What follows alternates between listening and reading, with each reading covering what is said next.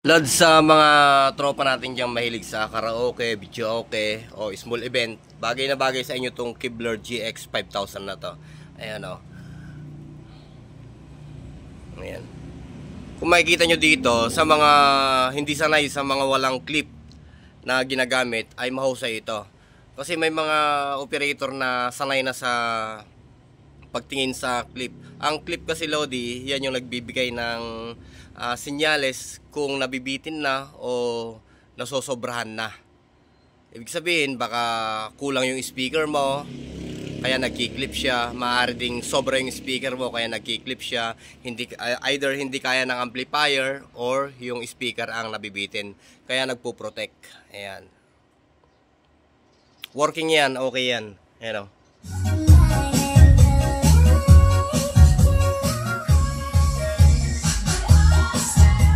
Maganda to sa mga small event, lalo na may dalawa kang ganito, tapos i-matching mo lang siya ng magandang speaker sa kanya. Ito, nakamatch sa kanya yung speaker na ginagamit ko sa video. Okay, okay yan, kasi around 500 naman yan eh, yung nasa babang speaker. Tapos yung tweeter niya ay isang Broadway lang din naman. Okay na yan. Yung dalawa kaya na niyang i-drive, or apat kaya na niya, depende lang din sa volume mo. Ang kagandahan lang nito ay meron siya ding, ayan o, meron siyang microphone. Ayan. Echo, mic bass, treble. Importante din kasi yung mic bass na yan. Kasi pagka mic lang tsaka echo, kung minsan, pagka nagkukulang ka sa bass, nagiging tunog lata yung boses mo na outcome sa microphone. Kaya kung minsan, nag-a-add din tayo ng bass niya para pantay. Tapos, mic treble. Ayan, para pantay din. Echo, kaunti lang. Ayan, yung iba, madalas gamitin yan kasi maganda yung preamp nito, sa mic preamp niya.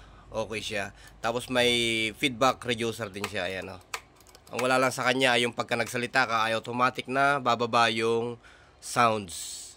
Ayan. Ang source niya ay Bluetooth, USB. Okay, Bluetooth. Then, ito. Ayan. Ayan, pwede mo siyang gamitin pang pa-sounds kahit itong amplifier lang na to. Kagandahan lang nito, isa pa ay semi-powered na siya, then integrated. Ayan o, high-powered integrated amplifier. Pinagsama yung powered tsaka integrated.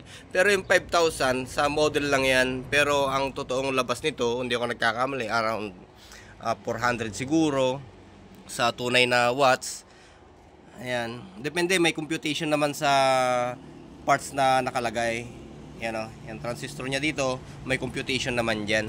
Tapos, meron siyang 4 pair na 100 volts, 10,000 microfarad na capacitor.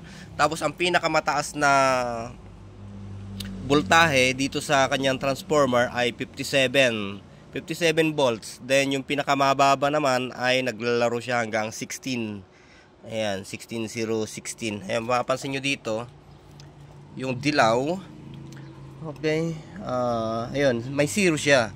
Ayan, yung dilaw ay 57 Tapos yun namang ito, tatlo. Ito siya. Ito yung 16016. Tapos the rest, yung control. Check natin kung ano yung puti. Okay, 016 lang din. Ito yung 016. Ayan. Ito naman yung 16016. Then 57057. Okay siya, malinis siyang gamitin. Okay naman. Ang kanyang gamit na power transistor ay 2SC5200. Ayan. Ang ayaw ko lang sa kanya, yung 5200 tsaka 1943 na pyesa niya ay wala siyang Toshiba. Parang class B yung kanyang power transistor. Pero okay lang yan, as na hindi pa siya nagagawa at sariwa pa siya, ay okay yan, magandang gamitin. Pero sa susunod na kung halimbawa magkaroon ng diferensya, palitan mo na ng original na power pack niya. Okay, okay naman siya, malakas din. Ayan. Tapos ang isa pa palang problem nito ay pagka hindi maganda yung pagkakatago niya. kinakalawang. Bakal lang yung kanyang frame. Ito, yung casing bakal siya. Pero okay naman, kalimitan sa mga power amp talaga, bakal naman ginagamit yan eh. Madalang naman yung mamahalin na power amp na aluminum yung ginagamit dito. Ayan. Tsaka hindi naman niya kailangan ng aluminum na body casing dahil ayan, meron naman siyang cooling heat dito na aluminum. Ayan. Dalawa din yung blower niya. Isa dito sa may transformer at isa dito sa may aluminum cooling pin niya. Ayan. Considered as cooling pin kasi nga may mga pin dito. Ayan o. Ayan. Cooling pin o ito yung cooling pan, ito yung aluminum na nakalatagan ng pyesa para yung init ng pyesa ay matransfer dito sa aluminum na to. Ang aluminum kasi ay madaling magpahupa ng init, lalo pagka mainit na mainit, maya maya malamig na to. Hindi kagaya ng bakal na matagal humupa yung init pagka ito yung ginamit mo bilang heat absorber. Okay. Ayan. Tapos isa pa palang problema dito, Lodi, may nakita akong pyesa dito sa kanya na pagka na-expose siya sa dumi o moisture, kinakalawang yung ibang parts. Ayun, may mga kalawang na siya dyan, oh. Ayan. Dito rin, may mga parts akong nakita dito na may kalawang na. Kasi nga, hindi naman nagagamit to. Sa tropa to eh. Shoutout nga pala dyan, Boss Tiny. Dyan sa Asinggan, Pangasinan. Madalang gamitin to. Andun lang, pagka ginamit, tsaka lang kailangan kong gagamitin. Ganun siguro. Ayan. Kanya yan, kay Boss Tiny. Bait na kaibigan natin yan. Okay. Ito siya. Tsaka malakas, maganda rin. Sulit yan, pasok sa mga nag-events sa banda, mga ganyan, small event, okay yan. Talagang isosurvive ka yan. Yung base niya ay panalo din. Ayan, treble, okay din. Balance, okay. Lalo na, may signaling siya. Ayan, oh. Talagang traces mo yung signal na pumapasok kung sobra ka na. Okay.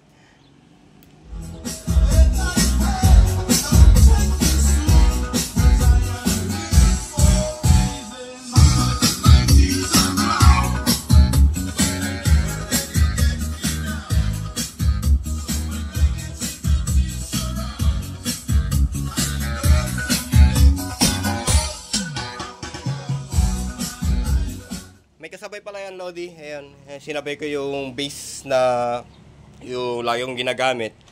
Ayan. Sinabay ko yan na pinaandar. Kasi nga, nung huling service, nabasa yan. Tapos, paggamit ko, may service pa pala kinaumagahan. Hindi ko siya napatuyo. Nung isinaksak yan, liyab lahat to. Ayan. So far, okay naman. Napalitan ko naman. Halos, ang daming power pack na napalitan. Ayan, oh. Tapos marami ring transistor na ibig kong sabihin resistor na napalitan. Special yung resistor niya rin eh, 0.33 ohms. Sa mga resistor ng common sa mga ginagamit sa 502, ayan, 0.25. Ayan, 0.25. Ayan, oh. Common yan na ginagamit dito. Hindi uubra. Tapos yung kanyang driver, iba rin. Ayan, kaya medyo mahirap din na gawin. Pero kaya naman, napagtsatsagaan naman. Ayan. Isa pang naging problema niya ay yung connection dito sa may isang amp niya. Ayan, naglulus dito. Tapos, okay na, ayos naman na yan. So far ay napakabuti na niyang umandar ngayon. Ayan.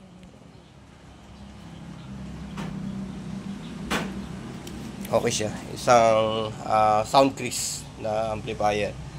Ayan, 246. Halos parehas siya ng CA5 na amplifier. Ang kagandahan lang kasi ng amplifier na to, kaya actually hindi ko na siya sana ayusin, pero sayang eh, napakalaking sayang niya. Kasi kumpleto siya sa gamit dito sa likod. Ayan oh. Ayan. Yung mini processor niya ay okay. Ayan, may bridge siya, parallel, which is meron naman sa mga ibang ganito na klase na medyo mababang amplifier. Meron naman siya. Kaya lang isa pang kagandahan nito ay mayroon siyang frequency selection. Ayan, pwede mong gamitin yung low cut, sub, then pwede mong i-off, pwede mong gawing pang mid to. At the same time, pwede mo rin gawing pang bass. Tapos may frequency siya hanggang 125, then 25. Ayan, ayan yung frequency range ng kanyang bass. Ayan, kaya okay siya. Kung pang small event lang, kailangan mo lang ng pampakalabog ng konti, ay pasok na to. Okay? So, okay naman. Hindi naman siya gaanong mahirap gawin. Yun nga lang, kung baguhan yung mga tropa natin na manggagawa, talagang mahirapan din. Yun ngang magaling na technician na, batikan na kung minsan tinatamad pang magbungkal-bungkal dito dahil napakahirap bungkalin yan, lalo pagka-stack niya, kung ano-anong binubungkal mo. Tsaka hindi ko na siya nilinis, ibublower ko na lang yan para tumalsik yung mga dumi niya. Ayan. Ito rin, ibublower na lang din to para malinisan. Yung kay Boss Tiny.